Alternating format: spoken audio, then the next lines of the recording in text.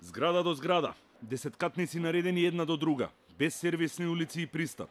Вака изгледа стар аеродром, каде багерите и мешалките за бетон се вклучени 24 часа дневно.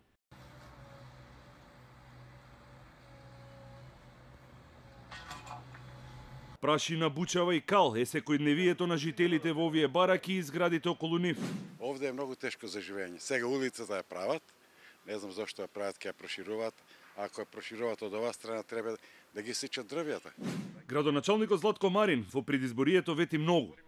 Ревизија на деталниот урбанистички план, запирање на градбите, зачувување на зеленилото и парковите и чист воздух. Ќе градиме плански, квалитетно и во интерес на граѓаните. Силно ќе се фокусираме да го чистиме воздухот и да го подобриме квалитетот на животот. Ќе направиме ревизија на постоечките дупови. Жителите на аеродром и активистите се погласни во негодувањата и обвинувањата. Тие сметаат дека лажните ветувања на градоначалникот се причината поради која тој е избран. И тој протестираше рамо до рамо со нас, меѓутоа денес, кога тој влезе во општината, седна на фотелија, доденеш ги заборави сите ветувања и борбата заради која што беше изгласан всушност. Еден парк во населбата Острово набрзо ќе исчезне и ќе стане сервисна улица до објект кој во моментов се гради, а чија дозвола за градба е издадена во јануари годинава, 3 месеци по стапувањето на функција на градоначалникот Марин. Се гради буквално под прозорците на граѓаните. Наместо новиот градоначалник да каже ќе направам нови љулјашки, помодерни, обновени, тој кажува дека овој парк веќе нема да постои, овие дрва кои што ги гледате ќе бидат пресечени за да се пробие нова сервисна улица која што ќе ги поврзува новите згради кои што допрво ќе бидат изградени. Маноиловска смета дека централната власт мора да интервенира бидејќи градоначалникот според неа нема волја да му стави крај на неконтролираното градење. Знаеме дека за жал целата мок, целата власт е концентрирана во извршната власт, односно во премиерот и во владата.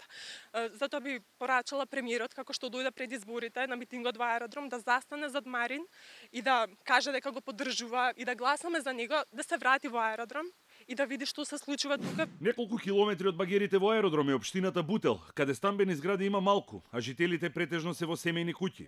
Урбанизацијата и градежната експанзија не ја одмина и оваа населба. Деталниот урбанистички план, донесен во 2015 година, предвиди изградба на 7 стамбени згради на локација во близина на 20 на куќи кои 50 на години се веќе таму. Граѓаните се организираа, протестираа и поднесуваа петиции. Протестот вроди со плод.